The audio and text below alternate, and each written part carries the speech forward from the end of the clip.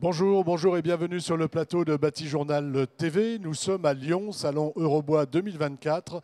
Et ce matin, avec mes 5 invités, nous allons parler de bois scolytés, d'épicéas. Et on va voir comment on peut les utiliser et les valoriser. Pour en parler avec moi, monsieur Laurent Dos, bonjour. Bonjour. Laurent, vous êtes architecte, Dos architecte. Donc oui, vous êtes une agence à Bourg-en-Bresse de 8 personnes et on s'est associé pour un projet qu'on a réalisé avec mon voisin qui va dont se présenter. On va parler tout à l'heure. Voilà, pour faire une école dans le Jura. Il ne faut pas tout dévoiler tout de suite. À côté de vous, monsieur Benoît Thomas, bonjour. Bonjour. Donc vous êtes également architecte et votre agence s'appelle Home AUM Architecte AUM. à Oyonnax, dans l'Ain également. Dans l'Ain. 8 personnes également. D'accord. À côté de vous, Nathalie Mignetto, bonjour. Bonjour. Nathalie, vous êtes chargée de territoire nord-est au FCBA. Le FCBA, rapidement. Donc c'est un institut technologique, centre technique industriel de la filière forêt-bois. Donc recherche appliquée et transfert aux industriels. Et moi je suis basée à Dijon, parce qu'on est un organisme national et moi je suis à Dijon. La Bourgogne-Franche-Comté est bien représentée. Sylvain Rochet, à côté de vous, bonjour. Oui, bonjour. Donc Sylvain Rochet du bureau d'études Techicea. Nous sommes un bureau d'études spécialisé en construction bois. Voilà, vous êtes et nous sommes situés à Pontarlier dans le Haut-Doubs, voilà, donc au milieu des forêts de sapins épicéas. Et à côté de vous, Anaïs Lafont, bonjour. Bonjour. Anaïs, vous êtes responsable valorisation des produits de la filière bois Aura chez Fibois. C'est ça. Fibois Aura. Fibois Aura, l'interprofession régionale. Et on commence avec vous. C'est quoi le problème avec les épicéas? Alors, comme vous le savez sans doute, la forêt a besoin de certaines conditions climatiques pour s'épanouir, pour grandir, continuer de pousser. Et les changements climatiques qu'on subit tous l'affectent également. La modification des températures, les épisodes de sécheresse, la modification également de la pluviométrie ont des impacts sur la croissance des arbres et sur la santé et la vitalité de nos forêts. Et donc, on a des forêts qui sont en partie affaiblies dans certaines régions de France, et notamment, c'est le cas de certaines régions qui comportent des épicéas.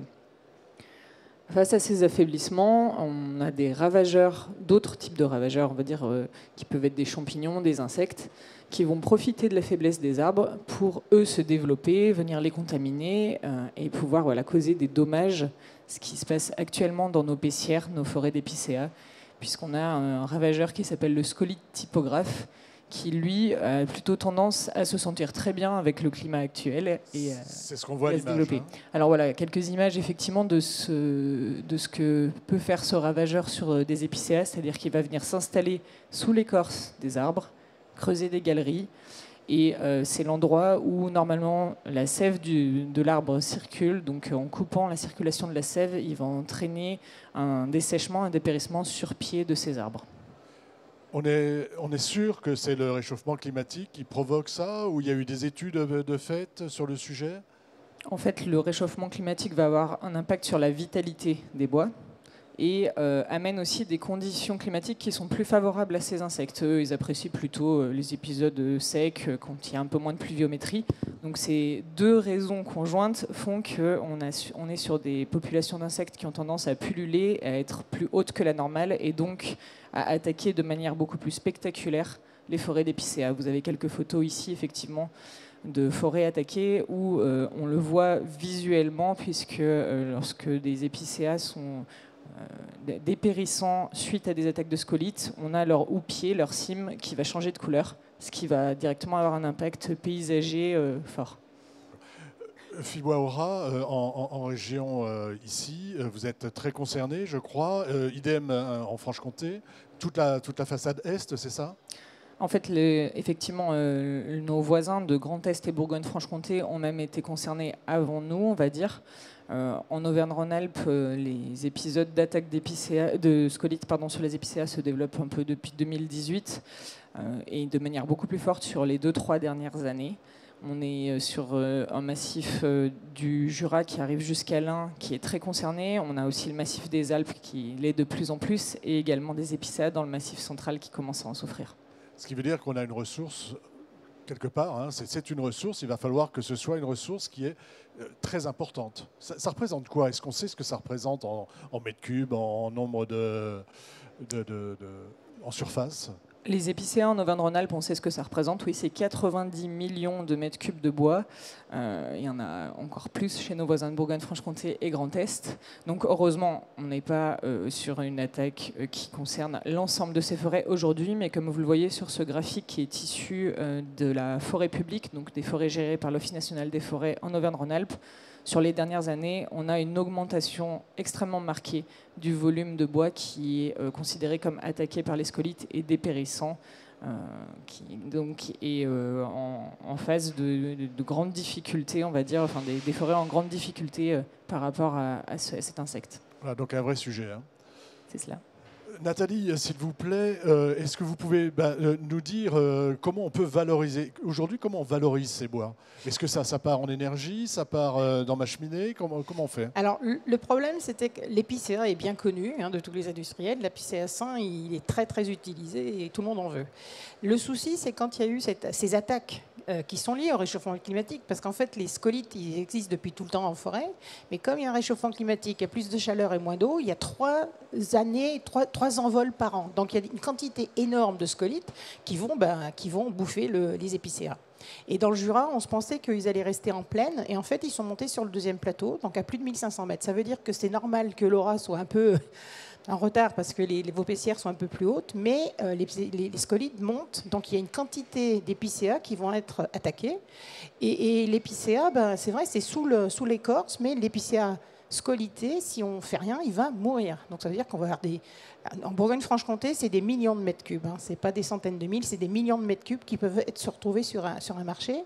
Des épicéas scolités, alors voilà, tout le monde va dire c'est malade, c'est du bois qui ne vaut plus rien. Après, une fois que le scolite est attaqué, il y a un champignon qui peut se mettre dessus, donc ça va devenir bleu. Et la filière est complètement déstabilisée. Donc nous, FCBA, quand on a entendu ça, parce que F c'est pour forêt, C c'est pour cellulose, B c'est pour bois construction et A c'est pour ameublement, donc c'est vraiment toute la filière. On a entendu les propriétaires dire il y a un gros problème, on a entendu les exploitants dire il y a un gros problème, on a entendu les scieurs dire il y a un gros problème, et on s'est dit, bon, ok, il y a une quantité d'épicéas scolités qui va arriver sur le marché, qu'est-ce qu'on peut en faire? Moi, on peut en faire du bois énergie, c'est quand même un produit fatal à la fin. On peut essayer de comprendre ce qui se passe, et puis surtout, parce qu'il y a l'INRA aussi qui travaille dessus, pour savoir les bestioles et tout ça, mais nous, on s'est dit, c'est un bois industriel, c'est un bois de qualité, et on va essayer de voir la différence qu'il y a entre des épicéas sains et des épicéas scolités. Donc on a fait une étude technique. Que vous avez menées là-dessus. Absolument, absolument. Je continue. C'est Bien sûr, vous continuez. Alors, comme c'est compliqué en forêt, parce que les parcelles, les terrains, la température, tout est différent, on a trouvé une parcelle, on a cherché des parcelles, on a travaillé avec la Bourgogne-Franche-Comté et le Grand Est, et on a trouvé une parcelle où on trouvait des épicéas sains, donc super, l'épicéa traditionnel. On a trouvé des épicéas scolités frais. Ça veut dire que le scolite est dans l'épicéa, mais les branches sont encore toutes vertes. Donc on sait qu'il est attaqué, mais ça ne se voit pas. Voilà, l'épicéa scolité frais. Après, on a trouvé des épicéas scolités secs, c'est-à-dire qu'on commençait à voir le dépérissement. Et on a trouvé aussi des épicéas scolités complètement morts, donc très très très vieux, parce que c'est des arbres ça arrive très vite. En quelques mois, l'épicéa il est sain et il meurt. Et en plus, la bestiole elle poisonne, donc elle va vraiment attaquer tous les épicéas à côté. Donc on a pris. Elle s'attaque aux épicéas jeunes, aux arbres anciens, à tout le monde, elle ne fait pas de différence. Les jeunes peut-être un peu moins parce qu'il y a moins d'écorce, mais tout y passe. Surtout qu'on a des plantations d'épicéas, donc elles ont toutes à peu près des âges où le scolite, vraiment, il en est friand. Donc il n'y a pas de... Et puis en plus, quand le scolite est installé, il va aller chercher l'arbre qui lui plaît. Donc c'est vraiment un restaurant pour lui et il y va. Donc, sur une même parcelle, on a travaillé sur des épicéas frais, des épicéas sains, scolités frais, scolités secs et scolités vieux.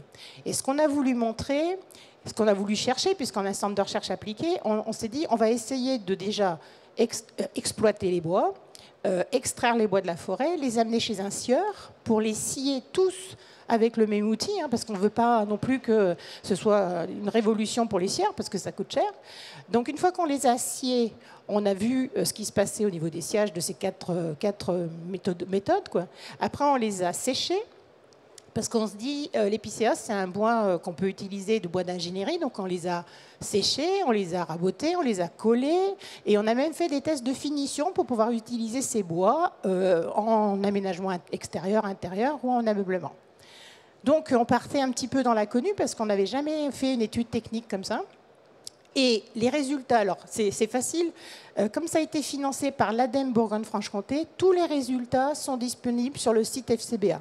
Donc j'ai mis sur le site une présentation PowerPoint avec les principaux résultats, parce que souvent on n'a pas beaucoup de temps, et le rapport complet. En résumé, pour aller très vite. En résumé, parce qu'après, on va passer à vos voisins, mais c'est intéressant de voir le travail. Les épicéas scolytés, quel que soit le niveau d'attaque, alors on perd un petit peu chez les vieux et chez les secs en niveau rendement. Il y a entre 10 et 15% de diminution du rendement. C'est vrai qu'il faudrait peut-être creuser un petit peu, mais quand on le sait, eh ben on fait avec.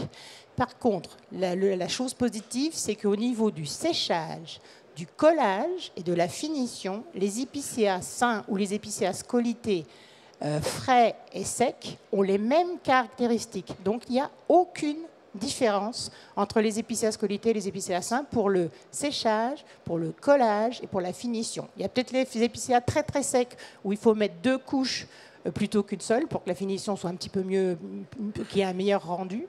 Mais sinon, c'est la même chose au niveau des caractéristiques. Et je continue parce que il manque. Et rapidement. Ouais, comme on n'avait pas assez d'argent pour faire la recherche, hein, je suis désolée. Donc j'ai continué à aller chercher des sous au niveau du Conseil régional Bourgogne-Franche-Comté et Grand Est. Et on va continuer l'étude sur les caractéristiques mécaniques de ces épicéas scolités. Donc on a tous les échantillons du sain au très vieux, donc on va les casser et voir et prouver que ces épicéas, même s'ils sont un peu bleus, ils ont les mêmes caractéristiques. Et on va travailler avec des gens que j'ai autour de moi, et surtout lui, là, Tekisea, qui a fait un bâtiment avec des épicéas scolités. Donc nous, on va aller chez lui, ou peut-être ailleurs, voir l'impact de l'utilisation des épicéas scolités dans la construction au niveau de la qualité de l'air intérieur et voir si le champignon se développe ou des choses comme ça. Voilà. C'est en cours, pas de résultat encore de ça. Pas de résultat, c'est en cours. Anaïs, vous nous avez amené un morceau d'épicéas scolités. Il y a un petit grisement, c'est ça ? C'est ça, un grisonnement ou bleuissement, ça dépend de l'œil de chacun, on va dire, mais en tout cas un changement de couleur qui est apporté, donc, comme on le disait, par le champignon qui vit en symbiose avec le petit insecte scolite. Donc c'est ce qui donne cette coloration aux produits issus du sillage de la transformation des épicéas après attaque de scolite. Donc, si j'ai bien compris, hein, le début de notre conversation, on a un problème, on essaie de le résoudre, et en se disant, voilà, ces bois, ils ont de la valeur, il faut qu'ils continuent à avoir de la valeur, et on va les utiliser pour autre chose que du bois énergie, pour faire court, c'est ça ? Pour faire très court, ouais. Valoriser toute cette essence, et puis que la filière ne soit pas déstabilisée. Alors, vous avez la parole, Monsieur Sylvain Rochet. Vous êtes bureau d'études dans une région très impactée par ce problème. Et en plus, vous avez le nom de votre bureau d'études, c'est Tech. Alors, on oublie Tech, on est d'accord. Hein, et Épicéa. Donc, vous travaillez beaucoup avec l'épicéa. Oui. Déjà, alors, pourquoi, au départ, vous travaillez beaucoup avec l'épicéa et comment vous en êtes venu à vous intéresser à ces épicéas scolités ? Nous sommes un bureau d'études spécialisé en construction bois. On travaille sur tout type de bâtiments, hein, des bâtiments industriels, des surfaces commerciales, des groupes scolaires, du bâtiment public, des ouvrages d'art. Et nous, notre approche, elle est avant tout une approche environnementale aussi sur la construction. Et donc notre méthode, quand on travaille sur les projets, c'est de travailler au maximum avec la matière première locale. Et donc, on fait un état des lieux de la matière première en fonction des territoires. Quand on a eu le projet de construire nos bureaux, on a appliqué cette méthode et chez nous, effectivement, on avait un constat sur ces bois scolités qui étaient dans des quantités quand même très très importantes. Donc pour nous, c'est arrivé naturellement de se poser la question de savoir comment valoriser ces bois. En tant que bureau d'études, c'est vrai qu'on s'est penché sur le problème. Et ce qui est très important à savoir, c'est que le scolite, l'attaque de ces épicéas n'ont pas d'impact sur les caractéristiques mécaniques du bois et du classement visuel du bois à partir du moment où effectivement ils sont quand même exploités relativement tôt. Donc nous, excusez-moi, je vous interromps. Oui. Il faut aujourd'hui couper des arbres scolités, les stocker pour pouvoir en faire quelque chose, parce que si on laisse dépérir, on pourra moins les utiliser, c'est ça? Oui, c'est ça. Alors, quels que soient les épicéas, à partir du moment où on les coupe, si on les laisse trop longtemps en forêt, ils sont attaqués, ils sont ils perdent en termes de qualité. Donc, il faut les exploiter très très vite, effectivement, derrière. Donc, ça, c'est un enjeu de filière, c'est clair.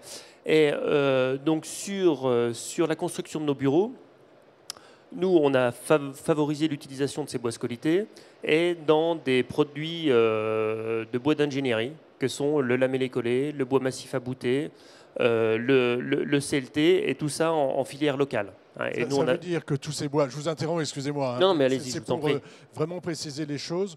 Tous ces bois scolités, on peut les utiliser sous toutes les formes aujourd'hui de bois d'ingénierie connus. Oui, tout à fait, en bois collé. En bois collé. collé. Alors, c'est sûr que nous, on a travaillé sur la construction de nos bureaux en parallèle des études du FCBA. Donc, on espérait que les conclusions soient bonnes, mais on était assez confiants, effectivement, dans notre approche et puis dans notre connaissance du matériau bois. Donc, le gros avantage, c'est que on était maître d'ouvrage et puis on était maître d'œuvre. Donc c'est plus facile pour engager les responsabilités. C'est plus facile pour convaincre le maître d'ouvrage. Pour convaincre le maître d'ouvrage. On verra comment vous avez convaincu ou pas le maître d'ouvrage. Et pour nous, c'est vrai que c'était un sujet d'étude aussi. Et on a voulu travailler pour faire cette démonstration-là parce que il y avait beaucoup de discours sur le bois scolité, il faut qu'on l'utilise, il faut, mais on ne passait pas à l'action. Donc nous, on a voulu pousser jusqu'au bout cette réflexion et même justement pour aller jusqu'au bout de la démarche. Par exemple, pour le lamellé collé, on a acheté des lamelles à un sieur, des lamelles scolitées, et on a fait faire une prestation de collage à l'entreprise Simonin, qui est un fabricant de lamellé collé, pour réaliser notre lamellé collé en bois scolité. Et ça s'est bien passé. Ah, mais ça s'est très bien placé. C'est une expérience réussie et qui est même reconnue parce qu'aujourd'hui, les lamellistes comme Simonin proposent effectivement du bois lamellé collé scolité, alors que quand on a lancé nos bureaux, lamellé collé scolité, c'était un peu compliqué, quoi. Parce qu'il devait y avoir une interaction entre les fournisseurs de bois massifs, un cahier des charges aussi, parce que Simonin a la réputation de faire des bois lamellé collés de super qualité, donc les sieurs ne pouvaient pas envoyer du bois scolité chez Simonin. Il y avait un blocage, parce qu'il dit, attends, j'envoie une charge de lamellé collé, de lamelles comme ça chez Simonin, ça me revient direct. Donc il y a un échange effectivement à avoir, il y a une définition du cahier des charges à bien définir dès le départ, et effectivement le scolité a un impact visuel. C'est-à-dire que ce bleu, on le voit comme sur le lamellé collé que vous pouvez voir là à l'image. On a des bois lamellé collés qui sont très marqués, des nuances de bleu-gris et de lamelles saines. Parce que ce qu'il faut savoir. Ça marche bien avec le calcaire qu'on a dans le Doubs. Tout à fait. Alors on en a moins qu'à Besançon, mais oui, ça rappelle un petit peu le calcaire qu'on peut trouver sur les façades à Besançon. Et quand on fait visiter nos bâtiments, on nous dit en fait c'est même joli, c'est même esthétique. Voilà, ça apporte une certaine touche. Donc, vous l'avez laissé à l'état brut ou vous l'avez protégé? Vous l'avez des photos en cours de construction. Nous, on a laissé le bois visible au maximum. Parce que notre cœur de métier, c'est le bois, donc il faut quand même montrer le bois. Et la démarche qu'on a eue sur nos bureaux, c'est de montrer ces singularités du bois. Ce ne sont pas des défauts. Ce ne sont pas des défauts, ce sont des singularités. Et il faut travailler avec la matière qu'on a. Voilà. Et la construction de nos bureaux est une belle démonstration parce que, alors, on a utilisé du bois scolité, mais on a utilisé sur les planchers, on a utilisé du chêne rouge qui est du bois déclassé, qui est pas beau, mais une fois en place, voilà, tout le monde nous dit votre parquet il est magnifique. Donc, et il y a des nœuds, il y a du rouge, il y a de la piqûre. Voilà, mais il faut utiliser la matière qu'on a. Et aujourd'hui, on n'a plus le choix. Et donc, il faut effectivement pousser cette utilisation des bois-là. Et donc, nous, on fait passer le message. Et là où on peut expliquer et accompagner les maîtres d'ouvrage, c'est un exemple sur lequel on s'appuie. Aujourd'hui, est-ce qu'il y a d'autres bâtiments dans la région de Pontarlier qui se construisent avec ce type de bois? Vous parliez de Simonin qui s'en est un peu emparé, mais est-ce qu'il y a réellement... on commence à vraiment s'y intéresser, ou est-ce que vous restez un démonstrateur? Non, alors, ça a été un démonstrateur, mais qui nous a permis de poser les choses clairement et de faire prendre aussi, d'avancer dans la démarche globale au niveau de la filière. Et aujourd'hui, il y a des réflexions d'industriels pour proposer des produits de bois d'ingénierie en bois scolité, voilà, qui soient clairement affichés, et puis pour tester un petit peu le marché, parce que ça a un impact esthétique, certes, mais pour moi, ça peut rester visible sans aucun problème. Et il faut savoir que 80% des matériaux de construction bois sont non visibles. Donc cet impact, ça ne se voit pas. Voilà, ça ne se voit pas forcément. Sur du CLT, voilà. Ou quand on va aller faire des murs en CLT qui vont être recouverts. Donc là vous avez quelques photos du bâtiment terminé, et puis on peut avoir quelques images intérieures aussi. Voilà, où effectivement, vous voyez le parquet chêne. C'est pareil, c'est du chêne déclassé, et on voit le résultat. Et dans la démarche également, tous les restes de lamellé-collé, de lamelles, qui n'ont pas été utilisés pour coller le lamellé-collé, on les a réutilisés pour le mobilier intérieur. D'accord. Voilà, pour faire les bureaux. Ok. On part dans le Jura. À Bois d'Amont, messieurs, vous êtes architectes et vous avez été amenés également à utiliser du bois scolité pour la construction d'un petit groupe scolaire, c'est ça? Oui, nous en fait, donc, deux architectes associés pour un projet, un concours qu'on a gagné pour une école effectivement à Bois d'Amont. Mais on est un peu les Monsieur Jourdain de la prose scolité, je dirais, puisque au départ on avait effectivement une construction en bois avec des isolants biosourcés, etc. Mais il s'est avéré qu'il y avait aussi une volonté du côté du maître d'ouvrage d'utiliser le bois local, puisqu'on est vraiment ici entre deux montagnes avec plein d'épicéas pour le coup.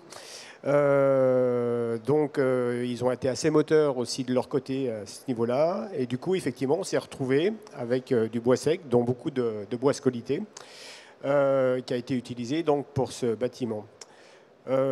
Pour vous, architecte, le fait de se dire aïe, là j'ai des bois qui sont malades, comment vous réagissez la première fois qu'on vous en parle? Sur ce dossier-là particulièrement, ça n'a pas été un aïe, comme vous pouvez le dire. On ne s'est pas réellement posé la question. En fait, avec la participation de la mairie, donc commune forestière, Bois d'Amont, c'était à peu près 300 mètres cubes de bois sur pied utilisés. Il se trouve que dans ces 300 mètres cubes, 100 mètres cubes étaient secs ou scolités. Donc il fallait les utiliser au même titre que les autres.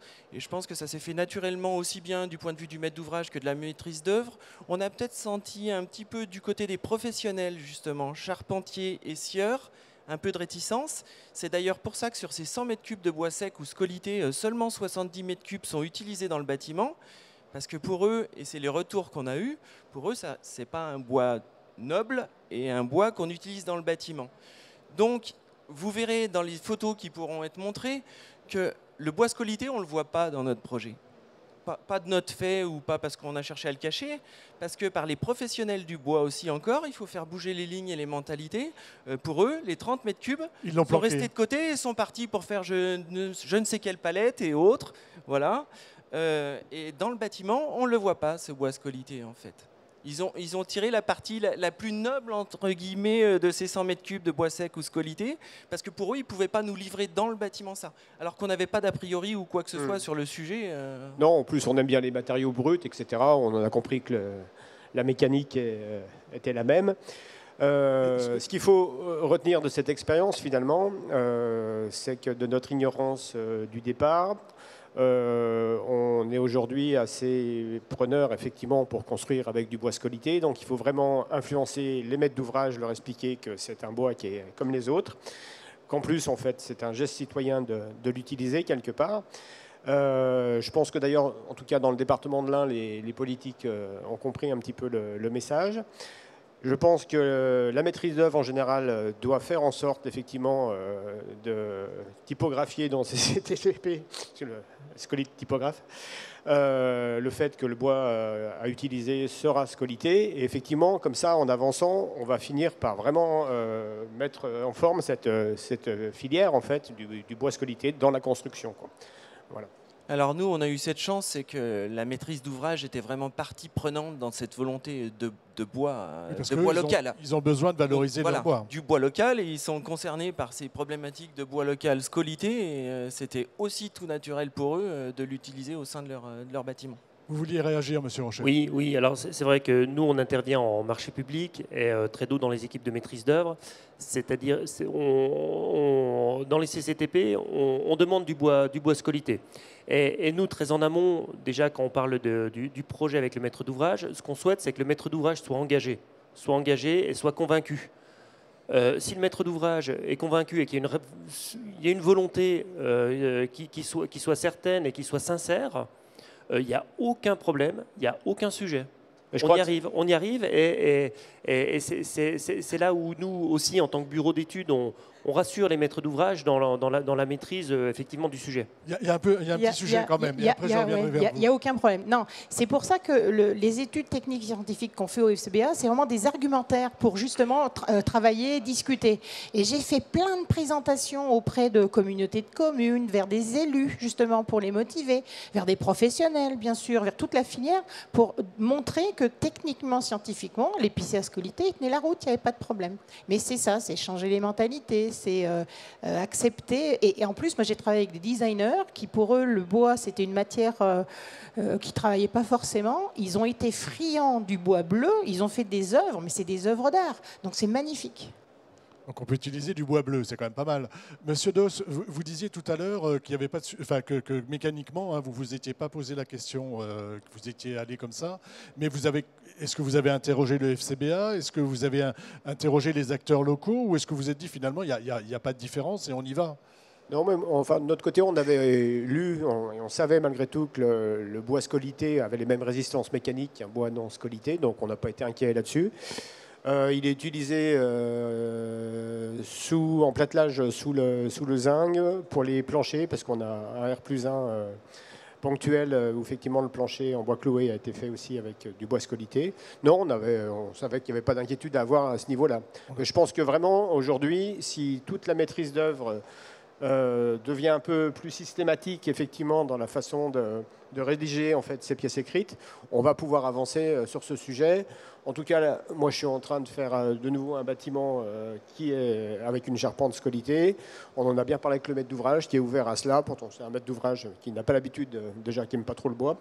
Mais bon, on avance bien à ce niveau-là, quoi. Vous avancez. On a fait un bon tour d'horizon. Est-ce que vous voulez ajouter quelque chose sur comment l'intégrer pour vous, architecte, au niveau esthétique? On parlait de bois bleu. Est-ce que c'est un bois dont vous allez vous emparer pour faire des beaux-bardages, des parquets ou autres? Il a toute sa place dans le bâtiment. C'est ce qu'on disait. On émassait les matériaux bruts et, pour en trouver son essence et son esthétique et l'apprécier tel qu'il est. Et le bleu chasse les mouches. Le bleu chasse les mouches. Anaïs, vous vouliez réagir? Non, je voulais juste apporter une autre nouvelle pierre à l'édifice, on va dire, pour insister sur l'intérêt de mobiliser rapidement ces bois.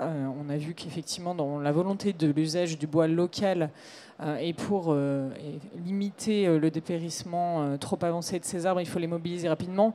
Pour lutter aussi contre la propagation de cet insecte, en fait, on doit le mobiliser rapidement. Donc on a vraiment tout intérêt à avoir cette réactivité dans la récolte des arbres attaqués pour tirer le meilleur parti possible du bois des épicéas. Voilà. Mais j'ai compris qu'il y avait quand même qu'il y avait des volumes qui étaient colossaux, hein.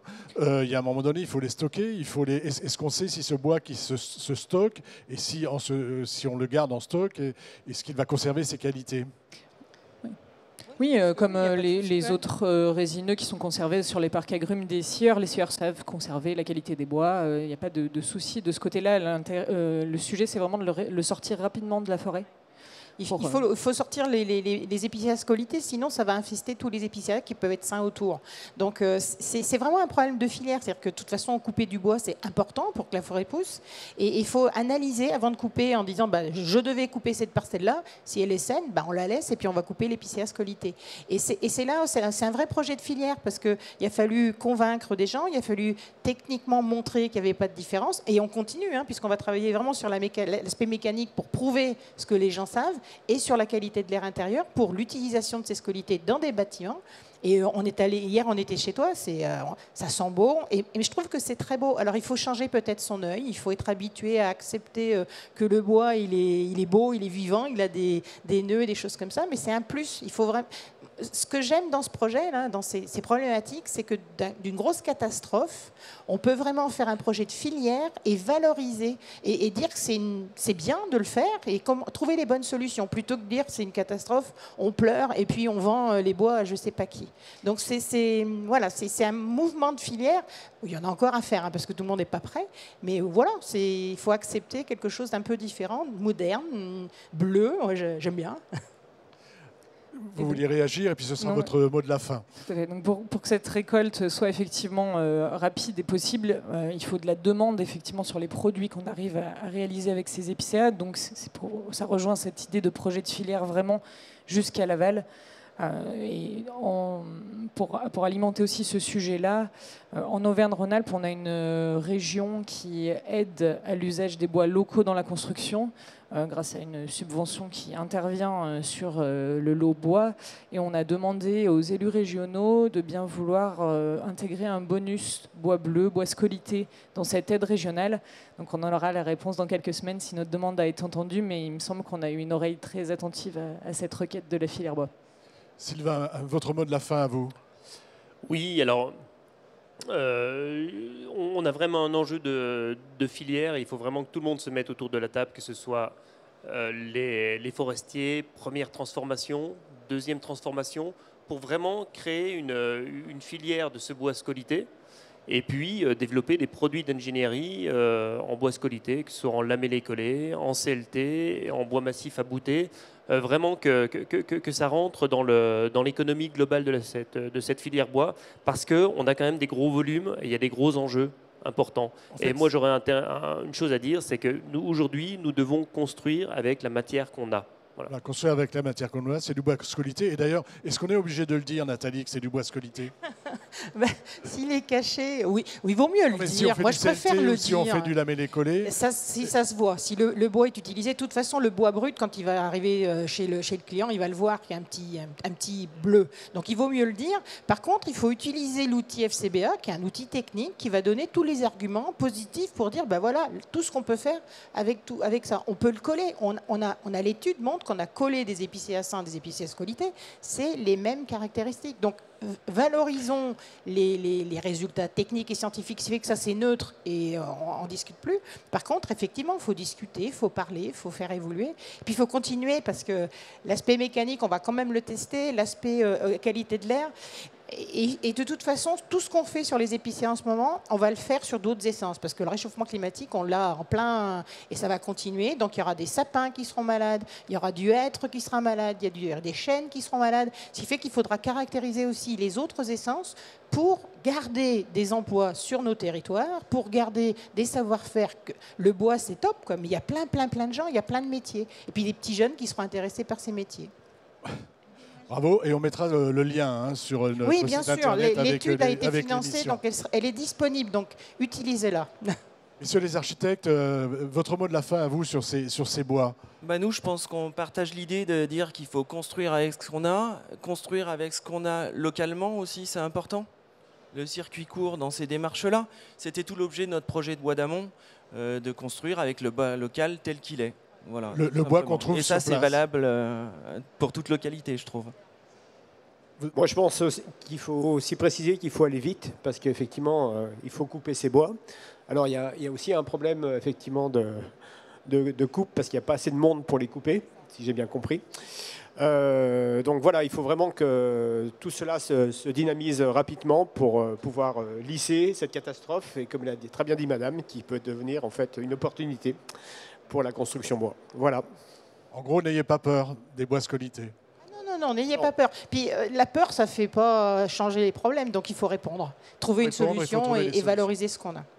Écoutez, merci d'être venu sur le plateau de Batijournal TV nous parler des bois scolités et surtout de leur valorisation, hein, de la manière dont on peut les valoriser. On a vu que c'était possible avec 2 projets. Merci à vous. Une émission à retrouver comme toutes celles que nous enregistrons ici sur notre site internet Batijournal TV et sur les sites de nos partenaires que sont le Salon Eurobois, France Bois Forêt et les magazines Woodsurfer et l'Atelier Bois. Merci à vous. Merci. Merci. Au revoir.